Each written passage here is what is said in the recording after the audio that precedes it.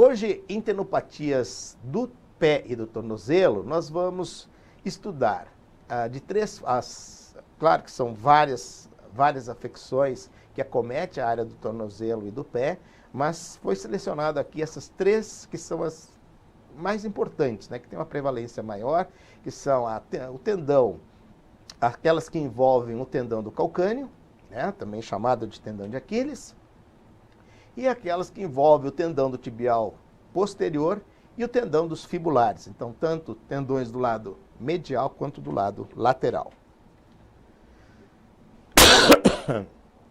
Os tendões são tecidos conjuntivos resistentes às forças de tensão, são compostos por fibras colágenas, principalmente colágeno do tipo 1 e matriz extracelular.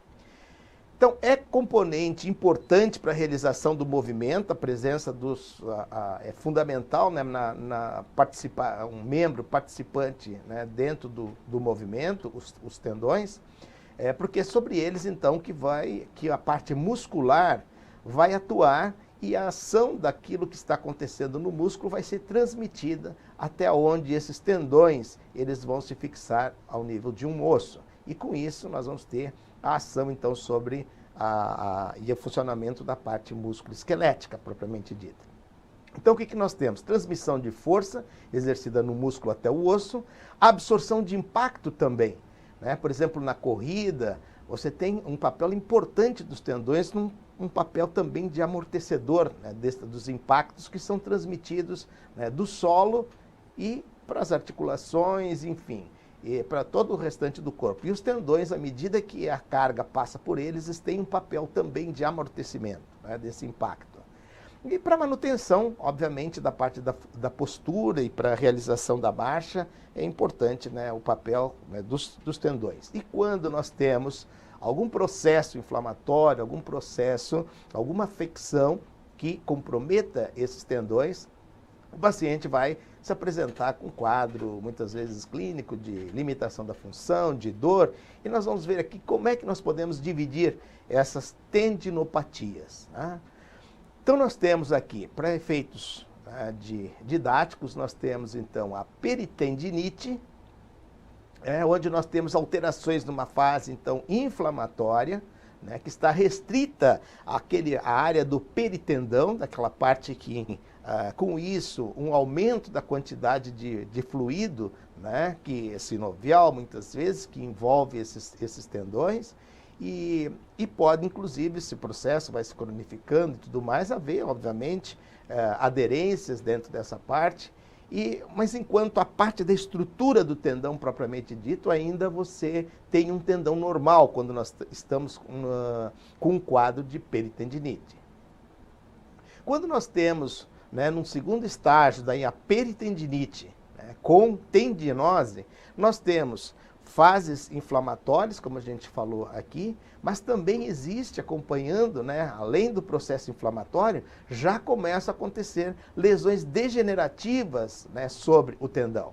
Então, você vai encontrar áreas de fibras colágenas que já foram rompidas, né, outros que estão em processo de reparação. Então, você vai encontrar alterações já nesse tecido, com linfócitos, estiócitos, e a formação também de vasos, né, novos vasos formados ou neoformados, né, em resposta a esses processos inflamatórios. Regeneração de fibras, elas vão acontecendo numa velocidade, muitas vezes, o processo, né, de degeneração ele é mais rápido do que o processo de reparação, e nós vamos tendo a disposição dessas fibras de uma forma irregular. E aí nós chegamos a um estágio mais avançado, que é o estágio da tendinose propriamente dita. Ou seja, já é um estágio mais avançado, onde você provavelmente já não encontra aqueles aspectos inflamatórios iniciais. Você vai encontrar um tendão espessado, né, edematoso, sem brilho, numa coloração tanto quanto amarelada, e pode apresentar áreas com nodulações, né, que essas nodulações, inclusive, podem ser sentidas na palpação através por sobre a pele. Você pode, ao passar sobre o tendão, você vê que existe uma área, né, com nodulações nesse local do tendão. degeneração parenquimatosa está presente, né? E você não vê uma resposta inflamatória. Então vejam que não existe uma razão mais específica para você utilizar de anti-inflamatórios, né, numa fase assim, onde você já tenha todas essas alterações na estrutura do tendão, né? E pode acontecer com essas lesões, com essa lesão, esse processo que vai evoluindo de uma forma gradativa, muitas vezes lenta, dependendo, e podendo até mesmo chegar a áreas de rupturas parciais e mesmo rupturas totais, né? Muitas vezes com traumas pequenos, mas um tendão que já está em sofrimento, pequenos traumas já pode ser o bastante para fazer uma ruptura completa do tendão. Então nós vemos aqui, por exemplo, a estrutura de um tendão, e aqui de um lado nós vemos o lado normal de uma estrutura tendínea aqui, tendinosa, e do outro lado, em comparação, nós vemos essas áreas de alteração já do tendão anormal, onde nós temos então já o que se chama então de tendinose. Aqui nós vemos mesmo um outro gráfico mostrando uma fase ainda de processo inicial inflamatório, mas depois, com o passar do tempo, já vai havendo alterações como decorrência, né, desses processos inflamatórios, muitas vezes de repetição, podendo chegar à ruptura, como nós vemos aqui. Aqui nós vemos uma fase, né, de tendinose, onde você tem um espessamento desse tendão. Aqui vocês estão vendo o tendão calcâneo, né? E aqui vocês observam que ele está de um aspecto bastante aumentado, então já com alterações no sinal desse tendão, podendo acabar numa ruptura, como a gente vê aqui. Aqui, nós observamos, nesse esquema, que muitas vezes, de que maneira se acredita que isso aconteça? Um processo de sobrecarga. Essa sobrecarga pode ser pelo peso do paciente, pode ser por uma sobrecarga de treinamento, né, que esse indivíduo está submetido, né, não estava acostumado a fazer esporte, resolve de uma hora para outra, né, se transformar num atleta, começa a fazer sobrecarga sobre a sua estrutura, né? E com isso, nós vamos ter a presença dos microtraumas. Esses microtraumas inicialmente levam à inflamação. Essa inflamação vai provocar substâncias vasoativas, células inflamatórias, enzimas vão ir para esse tecido, né, inflamatório. Isso, obviamente, vai acontecer lesão tecidual, né, tissular local, né, lesão do tecido.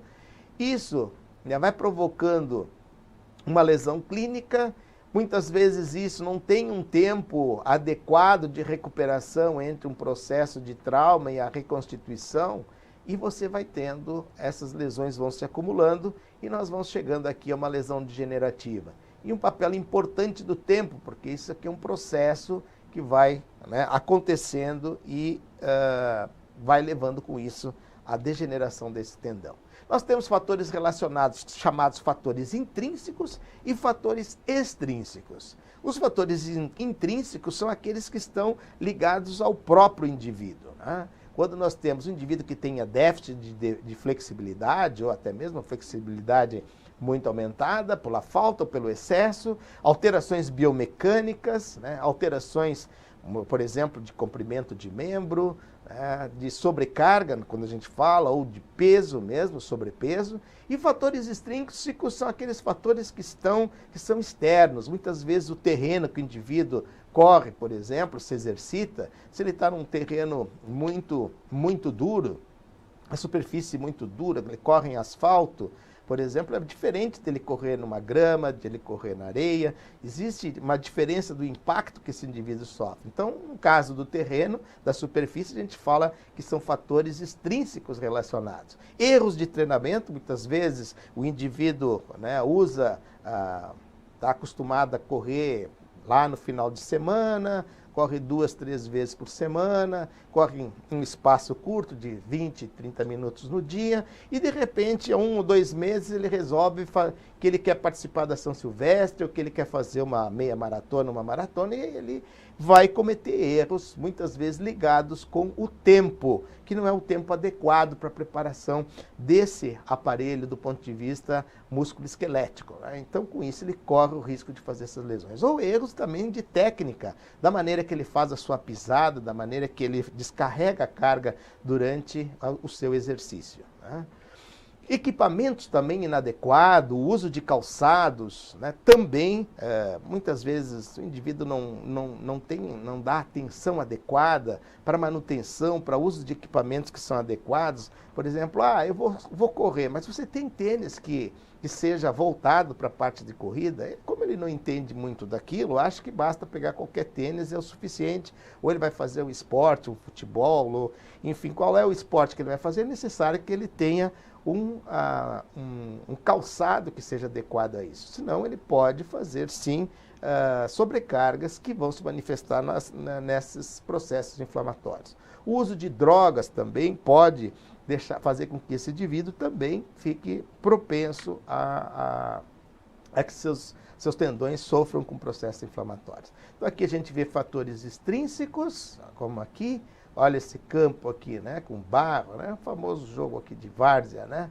Então, as condições as mais adversas aqui possíveis, né? Isso pode ter um fator, obviamente, na provocação de lesões. E outros fatores intrínsecos, né? Como a gente falou, tanto pode ser por uma falta de flexibilidade ou por uma flexibilidade até mesmo aumentada. Vamos entrar então agora, depois dessas considerações iniciais, nós vamos começar com a nossa primeira parte da aula, que é sobre as tendinopatias que envolvem o tendão calcâneo. Muito bem, vou voltar um pouquinho aqui, né? Então aqui nós vemos, do ponto de vista anatômico, numa vista posterior, nós vemos aqui o calcâneo, aqui vemos o tendão, né, do tríceps sural. Muitas vezes os pacientes podem apresentar uma clínica de dor, né, nessa parte posterior do pé. Aqui, né, nós vemos uma outra imagem também, mas aqui já de um procedimento cirúrgico de reinserção do tendão calcâneo, e aqui mostrando infiltrações, né, aqui ao nível do tendão, que a gente também vai comentar, né, infiltrações, por exemplo, com corticoides que não são indicados, não devem ser feitas, ou infiltrações com outros tipos de drogas ali orientados pelo ultrassom, né, para se ter a colocação no local adequado, mas não de corticoide. Muito bem. Depois dessas considerações breves, nós vamos falar então sobre o tendão do calcâneo, do ponto de vista anatômico, lembrando, né, do epônimo Aquiles, que é muito utilizado, mas pela nômina anatômica correta, tendão do calcâneo. A anatomia, ele é o maior tendão humano, ele não possui bainha sinovial verdadeira e ele tem uma zona avascular, né, uma zona com hipovascularidade, cerca de uns 4 centímetros mais ou menos, proximal à inserção aqui dele no calcâneo. Com relação à parte da biomecânica, existe então todo esse complexo, né, do gastrocnêmio e do sóleo, que eles vão atravessar essas 3 articulações. Vai atravessar a articulação do joelho, vai atravessar a articulação do tornozelo, né, e aqui a gente vê também mais abaixo, aqui a gente vê passando a articulação subtalar. Aqui com relação ainda na parte da biomecânica, eu esqueci de comentar com vocês, que o tendão do calcâneo, muitas vezes, ele é submetido a forças que podem chegar até 10 vezes o peso corporal, principalmente quando se o indivíduo está envolvido em atividades do tipo salto, né? Então a corrida, na verdade, é uma sucessão de saltos, né? Momento que existe um apoio no solo, né, que ele tem um momento também onde ele está sem nenhuma área com apoio no solo e depois apoio do membro contralateral. Isso são pequenos saltos, né? Mas além disso, aqui eu falo que na corrida você pode chegar a torno de 3 vezes, né, o peso corporal. Mas no salto mesmo, né, salto em altura, salto em distância, você tem, então, exigências muito grandes, né, como 10 vezes aí o peso corporal. E isso, né, sendo feito de forma repetitiva, isso pode sim levar a essas lesões que nós estamos comentando. Aqui ainda quanto à anatomia do tríceps sural, nós vemos aqui, né, o aspecto do tríceps, o tendão, né, do calcâneo, e a sua área de inserção aqui, que é uma inserção baixa aqui no osso calcâneo. Aqui uma imagem, a gente observa aqui uma imagem de um tendão normal, e olha que ele parece como se fosse um feijão, nós já vimos comentado na aula de italologias. Essa imagem é de um tendão normal. Tá? Aqui você observa também, a imagem está um pouquinho escura, mas se vocês olharem com atenção, vocês têm imagem agora em T2 com um tendão normal. E as tendinopatias, então, que quando acometem o tendão do calcâneo? Geralmente nós temos, né, as chamadas tendinopatias de substância, que essas ocorrem acima desses 4 centímetros da área de inserção, que é devido a problemas de hipovascularização ou avascular. E nós temos as tendinopatias, chamadas tendinopatias insercionais, né, que acontecem muitas vezes por atrito, né, ou por atritar aqui o calçado, né, ou então também outras situações, tanto na bursa superficial como na profunda aqui, e também outras situações onde o indivíduo correndo em aclive, muitas vezes pode ter a parte posterior do calcâneo ser um pouco mais elevada e com isso provocar uma irritação na bursa profunda e depois isso pode até mesmo se estender para a área do próprio tendão. Mas então vemos aqui dois locais. Insercional, né, que seria na inserção, né, no local da inserção do calcâneo até 2 centímetros proximal à mesma. Tá? Desde onde ele está se inserindo até uns 2 centímetros, naquela área. Pode ter relação com a presença então das bursas, como a gente falou, a pré ou retrocalcaniana, e deformidades como o Haglund, que eu havia comentado com vocês, que é essa proeminência óssea na parte posterior, né? e entesófitos, né? Que por tração, às vezes pode até mesmo haver a formação ou deposição de cálcio, né? de calcificações locais. E a não insercional, como a gente já comentou aqui, de 2 a 6 centímetros acima por hipovascularização. Aqui nós vemos agora, levando em consideração isso, já fazendo uma correlação direta com a parte da clínica. Né?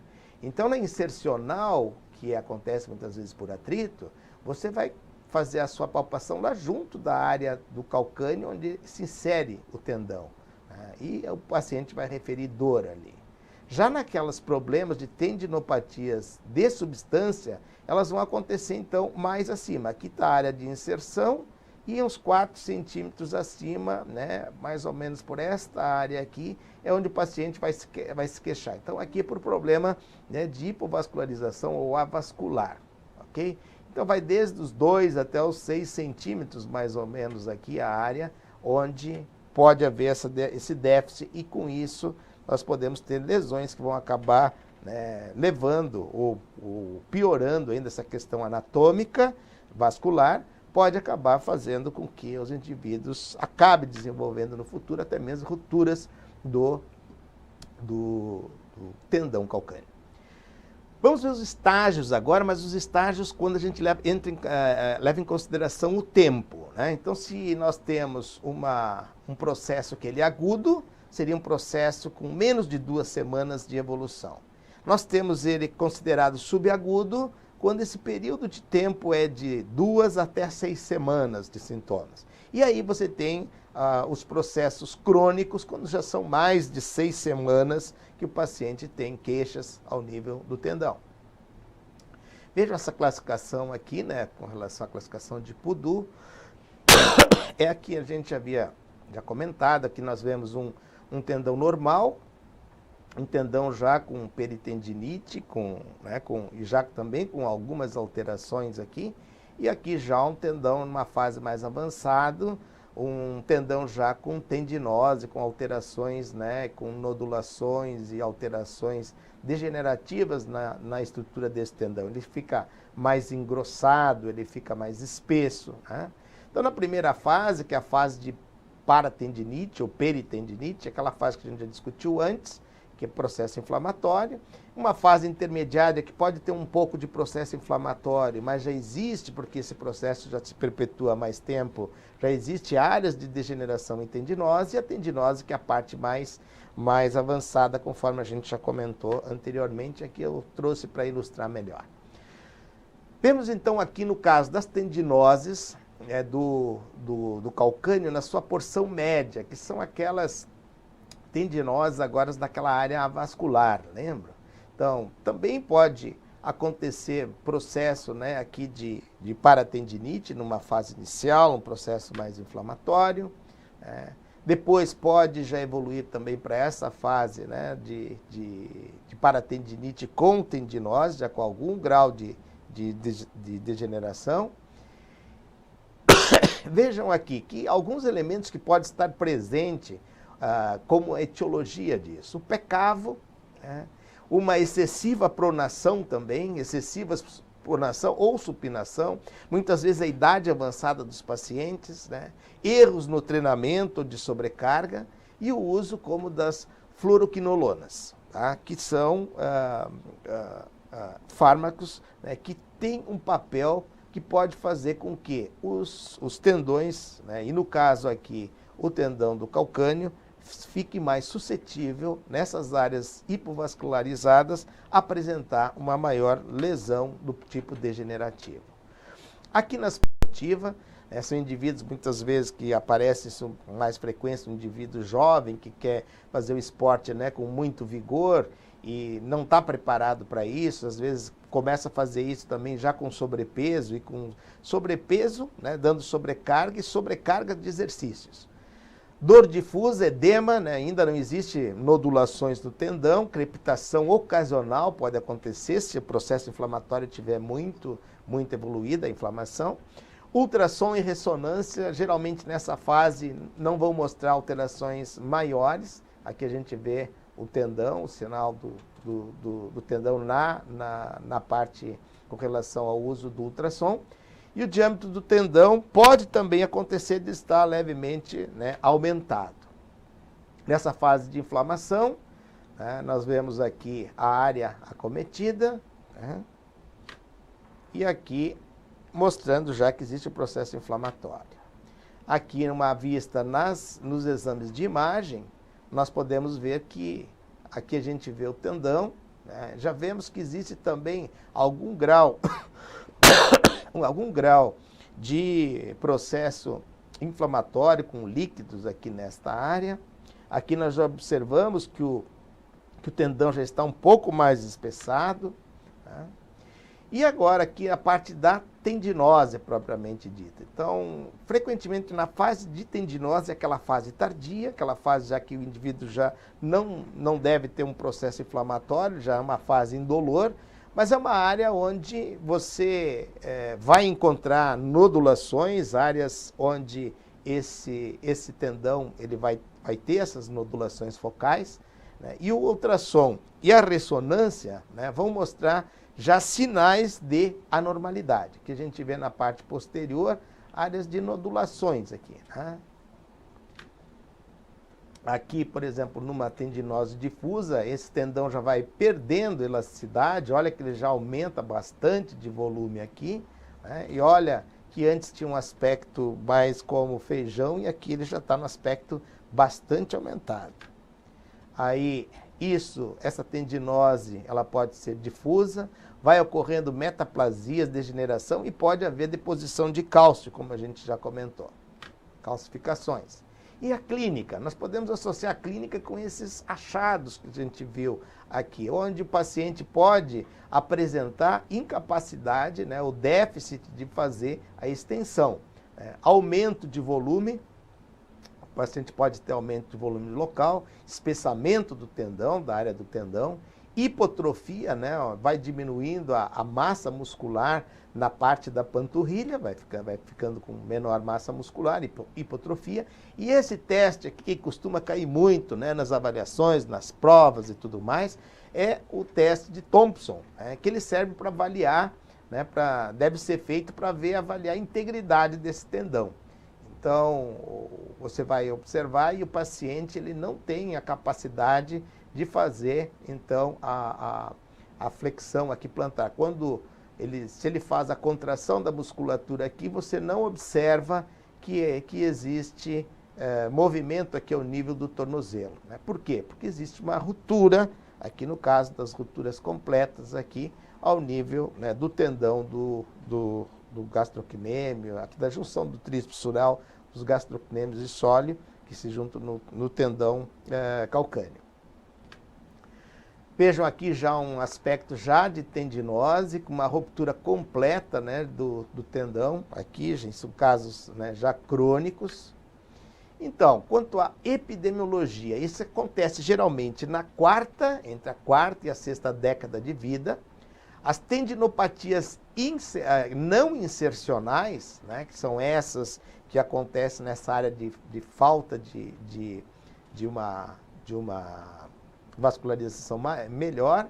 Então, pacientes mais jovens, atletas, e a maioria dos casos, 55% a 66% dos casos. Já as tendinopatias insercionais, que são aquelas, né, ao nível da inserção, elas acontecem, né, com grande frequência. Então, a gente vê aqui, então, pacientes idosos associados ao uso de calçados, né, apertados ou com contraforte estreito, e nós teremos como relato de acometimento também bastante frequente nos corredores, tá? De 2 a 25% dos casos identificados. E os exames? E os exames de imagem? Quais os exames que nós podemos lançar mão? As radiografias do pé e tornozelo com carga, elas podem ser úteis, né, com relação à parte do diagnóstico.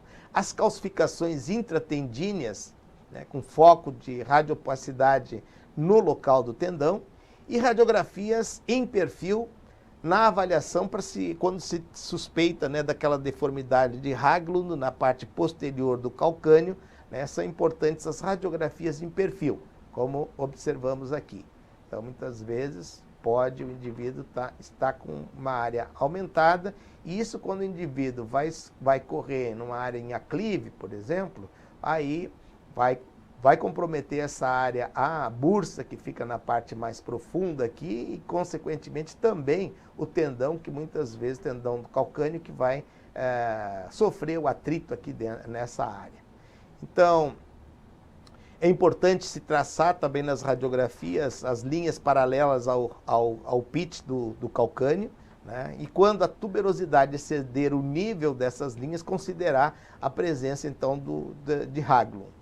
Tendinopatias insercionais, pode haver entesófilos, né, nessas regiões de inserção do calcâneo, né, com aquelas deposições de cálcio, enfim.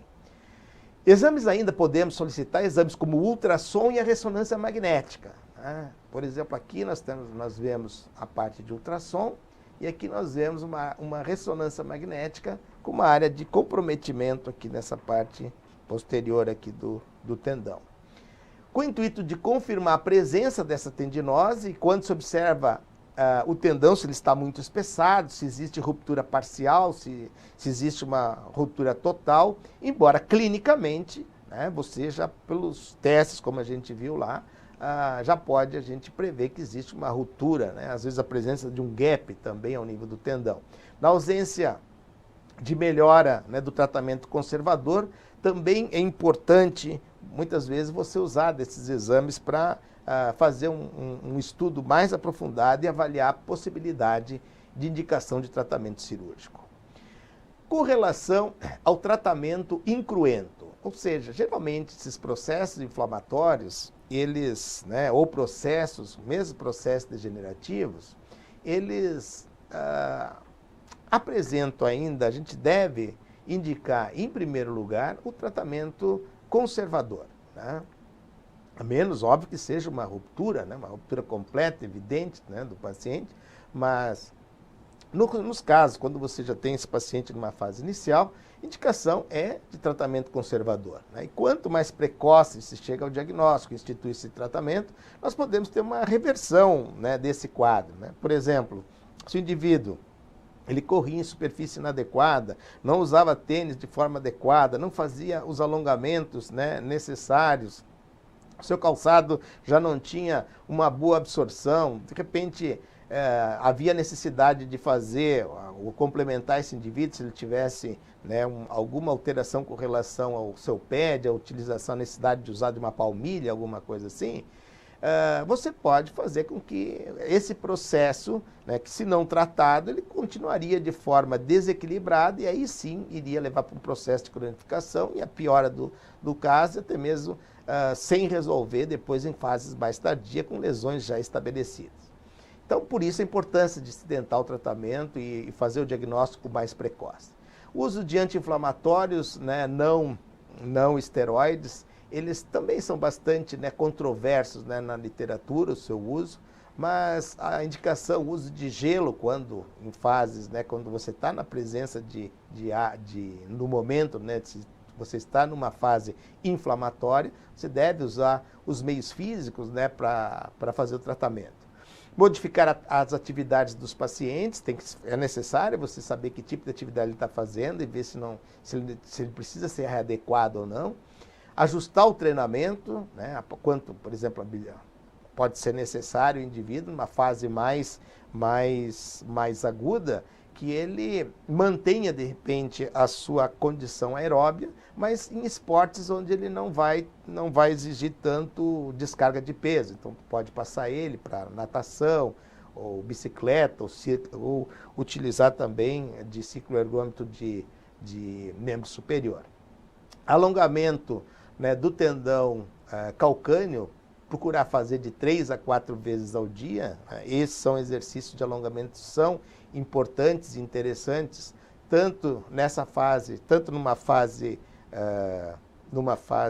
onde o paciente está ainda nas fases iniciais, com sintomatologia, como nos casos, né, de tendinoses já, né, de casos mais avançados. A indicação para hortes noturnas, utilização de palmilhas, treinamento de contração muscular excêntrica. Aqui a gente só lembra, esse é um bom exercício para se fazer, só que não quando você tem suspeita ou mostra que esse indivíduo tem uma tendinopatia insercional, de repente, ou ele tem um Haglund, que você vê, tem uma imagem de radiografia que mostra que ele tem a parte posterior da tuberosidade do calcâneo, ela é bastante proeminente. Então, esse tipo de exercício não é bom para esses pacientes que tenham, né, um Haglund, por exemplo. Mas para quando você não é uma tendinopatia nessa área insercional, e sim uma tendinopatia já numa fase, nessa porção mais elevada, que é por hipovascularização, onde já existem nodulações, onde já existe, é importante que você faça, sim, alongamentos, né, e exercícios, né, excêntricos, né, para essa musculatura. Até mesmo para melhorar na distribuição e na orientação dessas fibras. Então, aqui nós estamos falando também de que se deve evitar, né, contraindicado, se deve evitar as infiltrações com corticoide. Então, os alongamentos já comentamos. E as tendinopatias agora, quando você já tentou o tratamento conservador, o paciente já fez por cerca de 6 meses e o paciente não melhora, né? E fazendo de forma adequada. Então, provavelmente, ele tenha algum tipo de alteração que só com o tratamento conservador não vai ser suficiente para resolver o problema desse paciente. Então, em degenerações leves ou moderadas, muitas vezes você pode fazer o tratamento cirúrgico, né? Pode fazer tenotomias longitudinais nesse tendão, percutâneas, né? Não fazer em lesões muito extensas, em lesões multinodulares ou, né, quando você tem uma paratendinopatia. E cirurgias abertas seriam cirurgias minimamente invasivas, né? Isso ali com abordagem percutânea, isso que eu falei inicialmente das tenotomias longitudinais. Já quando você tem indicação para cirurgia aberta, o objetivo é você abrir e soltar as aderências, fazer um desbridamento, né, na parte do tendão que está doente, explorar esse tendão, né, e fazer a retirada, tem que avaliar, fazer a retirada dos tecidos, das áreas de tecidos que estão extremamente degeneradas. Cuidar também com relação à parte do nervo sural, né, do ponto de vista anatômico, no seu trajeto ali, na sua cirurgia. E tecido degenerado, ele pode ser ressecado. E você tem que avaliar o tecido remanescente. Muitas vezes você tem que tubolizar, juntar esse tecido, né? Você faz a retirada do tecido que está comprometido e o restante do tecido você deve suturar para que ele fique numa forma mais tubular, né? Para também facilitar o seu deslizamento e tudo mais, né? Se mais de 50% do tendão tiver comprometido, imagina uma lesão bastante importante, você observe, tem um comprometimento de mais de 50%, não basta você simplesmente fazer a retirada e deixar. Aí já é interessante que você faça um reforço sobre esse tendão, né?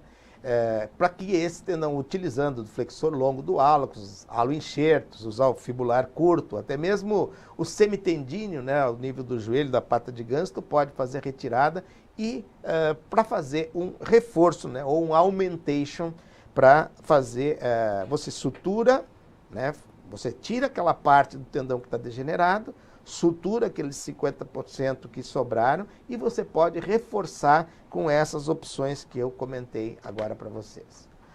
As tendinopatias insercionais, né, que não respondem com o tratamento clínico, muitas vezes você precisa fazer a retirada daquele tendão que está comprometido, fazer uma descompressão óssea regional. Lembra dos casos, depois a gente vai mostrar aí, os casos com Haglund, por exemplo, né? Desbridar o tecido que ele está com aspecto necrótico, degenerado, deve ser ressecado esse material e reinserir esse tendão, né, nesse local. Havendo deformidade de Haglund, como eu havia comentado, deve ser feito o tratamento, deve ser regularizado.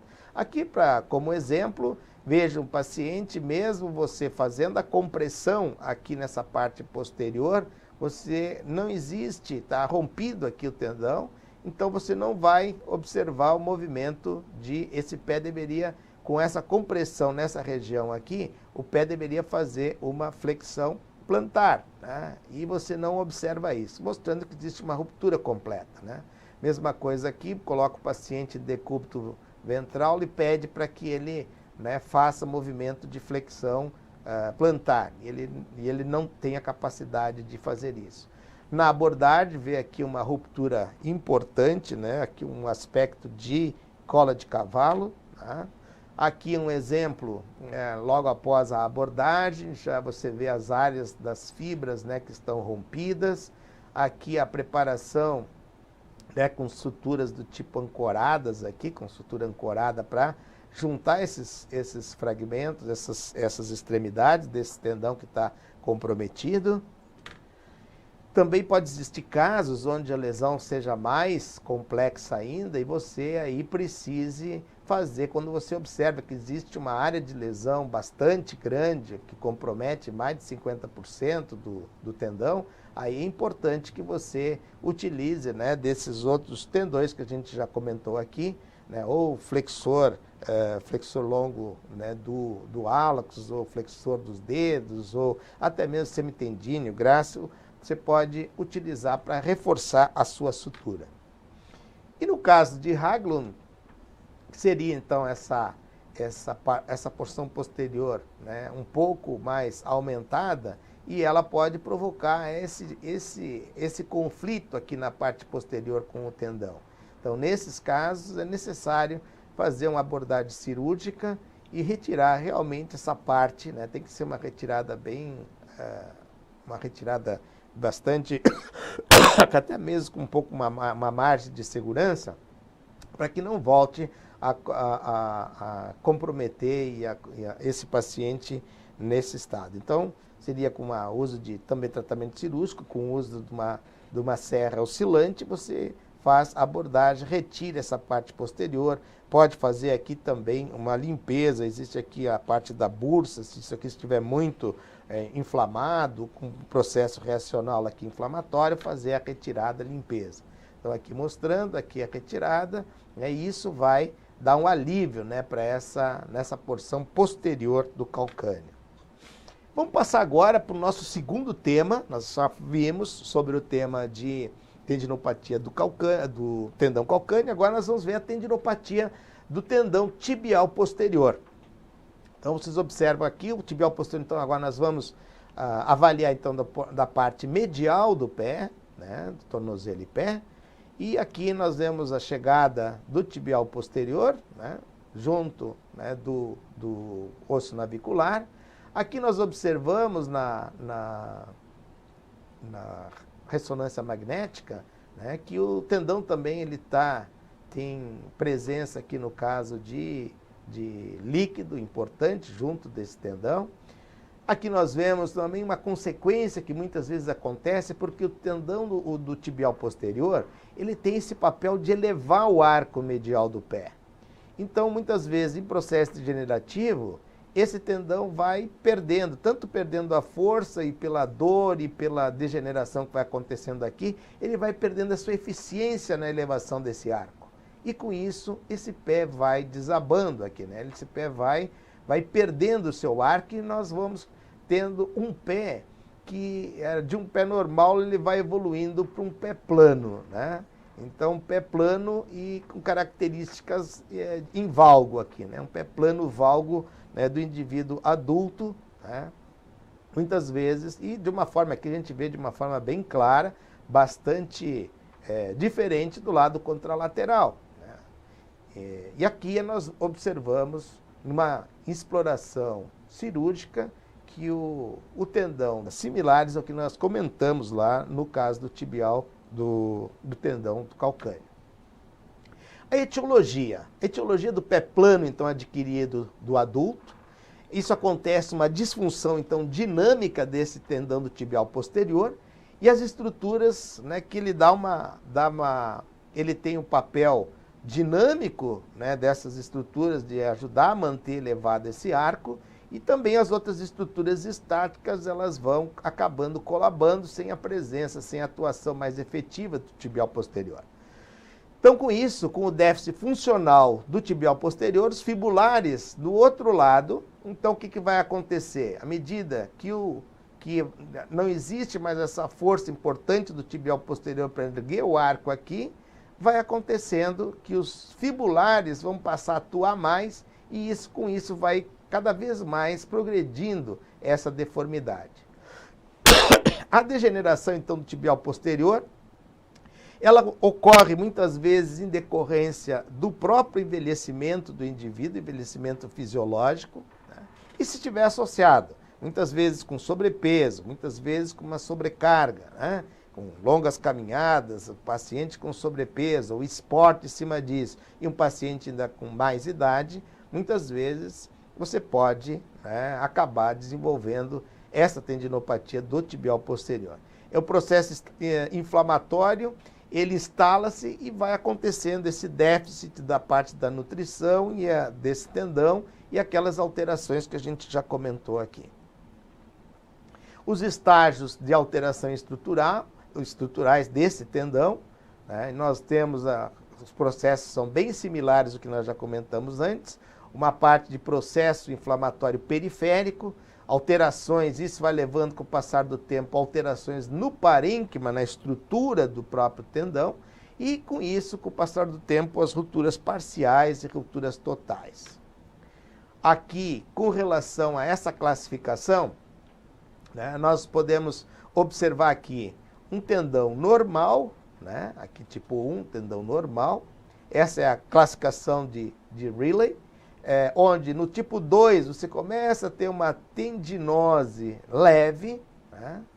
No tipo 3 já existe uma tendinose moderada e no tipo 4 a tendinose já é bastante avançada. Então, vocês viram aqui que as fibras estão bem orientadas num tendão normal e aqui existe uma perda importante da orientação destas fibras, né? E aqui nós vemos, então, no estágio 1, que é o estágio de tendinossinovite, como havíamos falado antes, não existe ainda alteração do parênquima do tendão, o tendão ainda está bem, e a deformidade ainda não se instalou, as articulações ainda não foram envolvidas, mas o paciente tem dor, pode ter aumento de volume. No estágio 2, é aquele onde tem processos ainda, sinais inflamatórios, a deformidade pode aparecer, mas ela é uma deformidade redutível, né, porque ainda não houve tempo de estruturação disso, né, no apoio, na ponta dos pés, e o tendão ele ainda é funcional e as articulações ainda não estão comprometidas. Agora, no estágio 3, é o estágio mais avançado. É aquele estágio, então, onde você vai encontrar insuficiência do tendão por degeneração, elementos de sustentação estática já entraram em falência por falta do tibial, da função, né, dinâmica do tibial posterior, e a deformidade já se encontra no estado já estruturado, né, já com comprometimento articular em diferentes graus. Vejo que isso acontece, é característico mais em indivíduos mais velhos, indivíduos acima dos 50 anos, acontece mais no sexo feminino, tem esse caráter insidioso, que, né, não é de um dia para o outro, isso vem acontecendo, né, gradativamente, o paciente tem uma história mais arrastada, tem então esse caráter insidioso. Dor, você pode sentir quando você faz a palpação ou é referido pelo paciente ao longo do trajeto do tibial posterior, né, nas fases iniciais. Já nas fases mais tardias, é onde a gente tem já aquela degeneração do tendão, onde você tem a tendinose propriamente dita, já você não pode não ter uma dor, a dor não ser o mais importante, ou ela pode estar restrita de forma pontual a uma determinada área. Perda do arco, você vai observar, né? E você pode observar também um edema, né, nessa face medial do pé. Aqui, isso pode evoluir, agora nós estamos falando mais uma vez do fator tempo, e se a gente não toma as medidas adequadas com o tempo, se associando com um processo, né, que não, onde nada se faz para isso, isso vai evoluindo, e com isso você pode ter uma deformidade em valgo, né, como vocês observam aqui. Essa dor para a face lateral e seio do tarso. Alteração do plano da marcha, esse indivíduo vai caminhar com uma marcha já um tanto quanto alterada. Existe uma perda, né, da parte funcional, o retropé ele entra nesse estado de valgo. Vai observar a diminuição do arco, né, da parte medial. A parte anterior do pé, ela começa a abduzir, ou seja, ela começa a ficar, a parte de antepé fica voltado para fora, ele começa a caminhar com a parte interna, o pé acaba pronando, tem um valgo, uma pronação e supinação. O desvio, né, com rotação lateral do eixo do pé. Contração ativa contra a resistência do tibial posterior, você pede para o indivíduo, né, se opor ao movimento, o paciente pode ter dor. A força de supinação, se você pede para o paciente fazer o movimento de supinação com o pé, ela está diminuída. E quando o indivíduo procura ficar na ponta do pé, é um sinal importante, você não consegue ver o varismo. Quando ele fica na ponta do pé, também ele continua em uma posição de valgismo do retropé. Os exames de imagem agora, o que a gente pode pedir para fazer a avaliação? Exames de radiografia em anteroposterior e perfil, com apoio, né, e axial posterior do calcâneo, radiografias do tornozelo em posição frontal. E quais são os achados que nós teremos na imagem? Aumento da divergência talo-calcaniana, a rotação medial, porque lembra que o pé vai rotando o antepé, cada vez vai abduzindo, então com isso vai aumentando a divergência, né, do ângulo do talo com o do calcânio. Rotação medial do talos, o talos vai sofrendo uma rotação medial, abdução do médio pé e antepé, diminuição do arco longitudinal, o pé vai ficando mais plano, inflexão da articulação talo-navicular, verticalização do talos, alteração do ângulo talo-navicular. Importante, como nós já vimos na clínica também, e você vê isso na radiografia, nessa parte de valgismo do calcâneo, área de impacto, né, no ligamento calcâneo-fibular, inclinações do talo na pinça maleolar, o talo já começa a sofrer uma inclinação, e a osteoartrite subtalar, tibiotársica e talo-navicular, em casos mais avançados, você já começa a observar isso, né, nesses exames de imagem.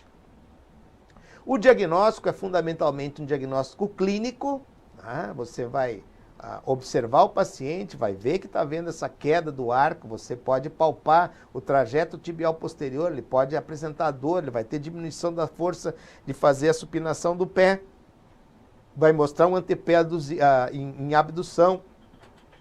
Todos esses elementos são elementos clínicos, né? Mas você pode lançar mão, sim, né, de ultrassom, de ressonância, é importante para analisar a presença ou não de lesão do tibial posterior. Aí se você quer ver qual o tipo de comprometimento que está acontecendo na substância desse tendão, né? Se existe já alterações degenerativas, se existe já esses aspectos de tendinose, como a gente já falou, de rupturas. A ressonância ela é mais sensível do que o exame clínico e do que o ultrassom.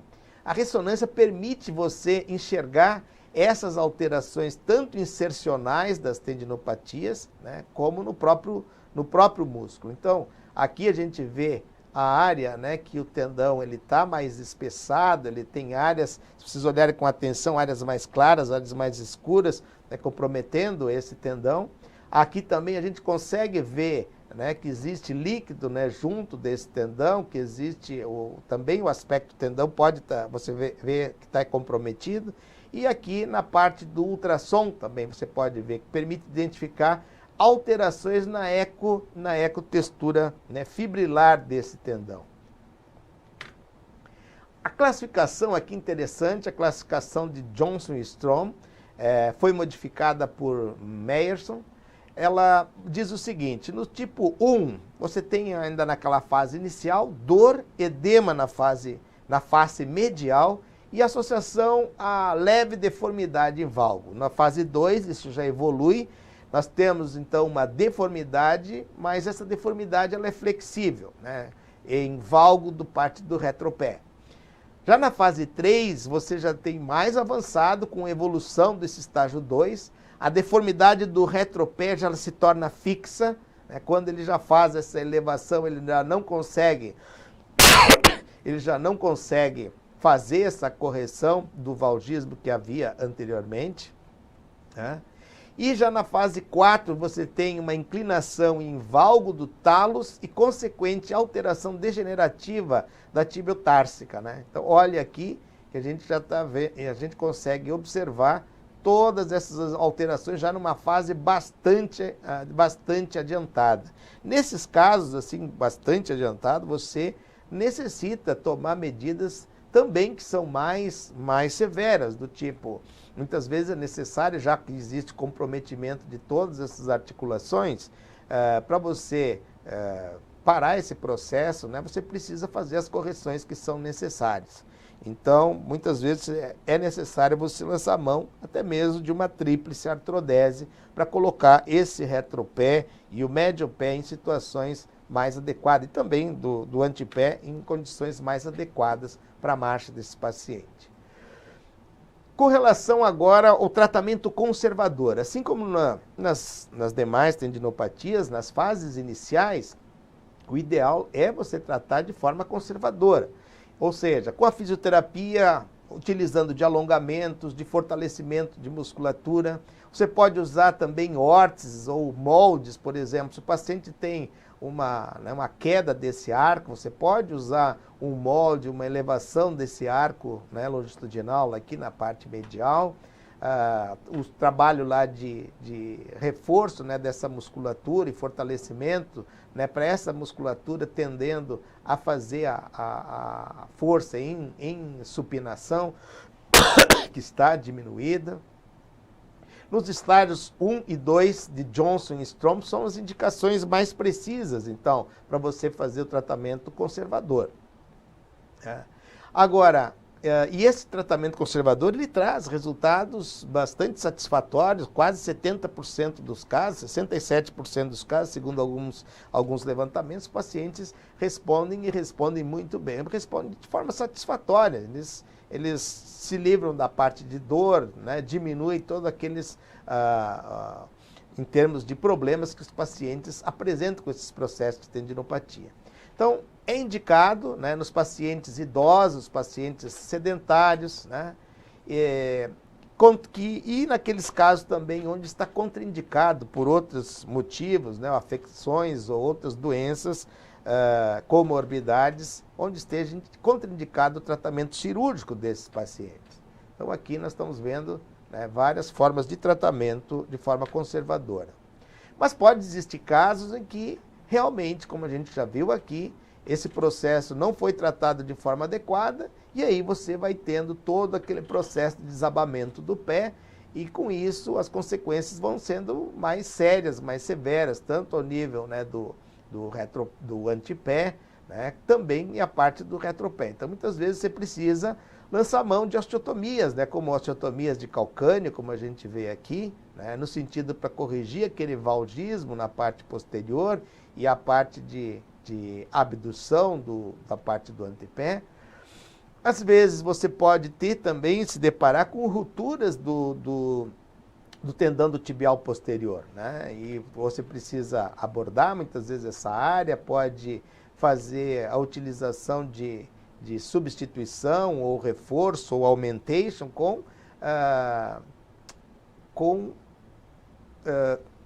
material, com enxertos, né, que sejam, que podem ser advindos como do flexor digital longo, né, dos dedos, né, o flexor longo dos dedos, que você pode usar ele em caso de que você já tenha uma ruptura muito complexa, né? Ou então, quando você tem ainda o tendão do tibial posterior ainda, embora ele esteja comprometido, né, mas você pode abordar, retirar as áreas que estão degradadas, né, e mais alteradas, e se ele tiver alguma alteração maior, aí você precisa fazer um reforço mesmo, como a gente comentou aqui com o flexor digital dos dedos, o longo dos dedos. E aqui mostrando exemplo, né, de quando você faz essas osteotomias, aqui você fazendo uma osteotomia do tipo Evans, onde você vai corrigir aquele aspecto do pé que estava sendo do antepé indo para fora, né, como estava acontecendo antes, você vai fazer essa correção para trazer novamente e alinhar esse pé. E vamos passar para a nossa última parte agora. Nós já vimos as tendinopatias do tibial posterior, no lado medial, e agora nós vamos passar para o lado lateral do pé. No lado lateral do pé, as tendinopatias são dos fibulares, do fibular curto e o longo. Então, observe aqui, isso pode acontecer, por exemplo, do fibular longo, o processo aqui acontecer de fazer uma ruptura ou uma subluxação e esse fibular se deslocar mais no sentido anterior, né? Aqui a gente vê a passagem, né, do fibular longo, que vai fazer essa passagem, ele é mais anterior aqui ao nível da fíbula, né? Os dois passam posterior, mas quem fica mais anterior é o fibular longo, que vai passar e vai lá para o outro lado, para o lado medial do pé. Enquanto que o fibular curto vem aqui para a base do quinto metatarsiano. Vamos avançar então aqui. Aqui nós temos, com relação, vejam que em todos esses casos, como nós estamos falando de tendinopatias, nós só estamos mudando os grupos ou os tendões que estão acometendo, mas as causas, etiologia, enfim, né, geralmente elas vêm daquelas mesmas causas, da sobrecarga, né, comum, né, isso no caso dos corredores, né, nos bailarinos, né, nas bailarinas, né, indivíduos que tenham instabilidade, se queixam de instabilidade crônica do tornozelo, pacientes que tenham pé cavo, né, ou pé cavo varo, fraturas, né, de calcânio, história de fraturas de calcânio, fraturas de tornozelo, de repente, né, a maneira com que os tendões dos fibulares, eles se relacionam depois dessa fratura, né, seja do calcânio ou ao nível do tornozelo, isso pode levar a processos onde ele vai ter um atrito maior e com isso vai desenvolver uma tendinopatia. Hipertrofia, né, do processo troclear, entorse grave do tornozelo, também pode acontecer isso, né? Então, agora nós vamos direcionar, né, para essa parte lateral agora aqui do pé, né? Então, aqui a classificação, mais uma vez, aguda, de 2 até as 2 primeiras semanas, subaguda de 2 a 6 e as crônicas quando são mais de 6 semanas. Isso de acordo aqui, conforme está nessa 8ª edição aqui do Cogni. A clínica. Dor na região posterior e distal ao maléolo, né? Bem posterior aqui distal, é mais ou menos no trajeto, né, dos fibulares. Ele pode piorar durante os movimentos de inversão, ou seja, quando são distendida essa área aqui, né, quando você faz uma inversão, na flexão passiva também e na eversão e extensão contra resistência, quando você pede para o paciente tentar fazer uma eversão do pé, que vai exigir a força eversora, né, dos fibulares. O aumento de volume pode estar local, pode ser também nessa região, principalmente na região retromaleolar, aqui do maléolo lateral. Levantar história na clínica, se tem história de entorse do tornozelo, de instabilidade desse tornozelo, mudanças, né, bruscas de intensidade de treinamento, como a gente já comentou, varismo progressivo do retropé, agora diferente, veja que nós estamos agora tratando do lado oposto, né, da tendinopatia anterior, que era do tibial posterior, no lado medial, agora nós estamos tratando no lado lateral. Então, agora nós vamos ter uma situação contrária. Antes nós tínhamos o valgismo do retropé no tibial posterior, agora com os fibulares nós teremos o varismo progressivo, né, do retropé, um pé cavovaro, né, crepitações você pode sentir no trajeto desses tendões, quando faz movimentação você vai sentir uma crepitação local. Os exames de imagem, né, radiografia do pé, tornozelo e membro, você pode fazer isso, né, solicitar isso também com carga, né, para ver o alinhamento do pé, presença, se existe de exostose, se alguma sequela de trauma que esse paciente tenha passado.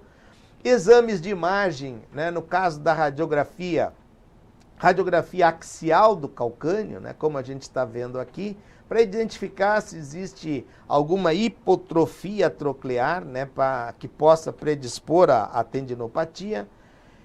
E ainda a radiografia oblíqua do pé. Ela, olha aqui, foi bastante feliz aqui, porque ela nos mostra, por exemplo, aqui um osso peroneum, que é esse ossículo aqui acessório aqui, né, que pode também se associar nesses casos de tendinopatias, né, dos fibulares. A gente pode evidenciar também aqui nessa radiografia. Nos exames ainda de imagem, além da parte radiográfica, nós temos ainda a tomografia para avaliações secundárias, né, de algum tipo de deformidade que esse indivíduo possa ter. O ultrassom pode confirmar o diagnóstico, ele tem ótima sensibilidade e especificidade, né, quando você faz isso, porque os fibulares ficam numa região bem superficial. E a ressonância magnética, sem dúvida, é o padrão ouro para confirmar esse diagnóstico dessas doenças fibulares. Ela favorece, né, com relação à identificação se existe um processo inflamatório, se está com uma sinovite, se existe o depósito de líquido, né, dentro da bainha tendinosa, alterações intrasubstância, ou seja, na própria estrutura se existe alguma alteração de sinal, né, dentro da própria estrutura do tendão. E o tratamento, mais uma vez, a indicação inicial é de tratamento também conservador nas fases mais precoces.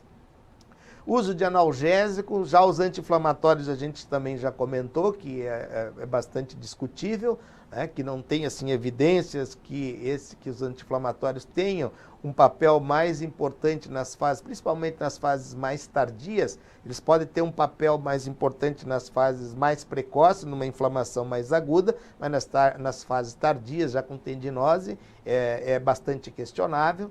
O uso de órteses também pode ser importante para tratar, né, das deformidades ou prevenir essas deformidades. A fisioterapia com a cinésio, com alongamento, fortalecimento agora no caso dos músculos eversores, dos músculos fibulares. Mudança de treinamento nas atividades, se esses treinamentos estão sendo por demais exigidos, então tem que adequar a carga de treinamento.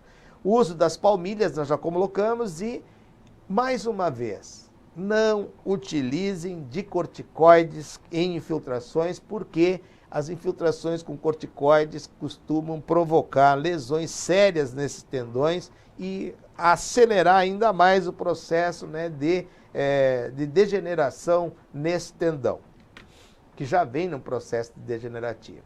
E o tratamento cirúrgico, quando você tentou tratamento conservador de 3 a 6 meses e não deu resultado, provavelmente esse paciente já tem algum tipo de comprometimento que você precisa fazer um bom estudo para ver se, principalmente com imagens e tudo mais, para ver se realmente esse paciente não está necessitando de um tratamento cirúrgico para solução desse problema. Então, onde você pode fazer uma abertura, uma exploração desse tendão, né? Vai abrir a bainha do tendão, se tiver sinovial, fazer uma sinovectomia.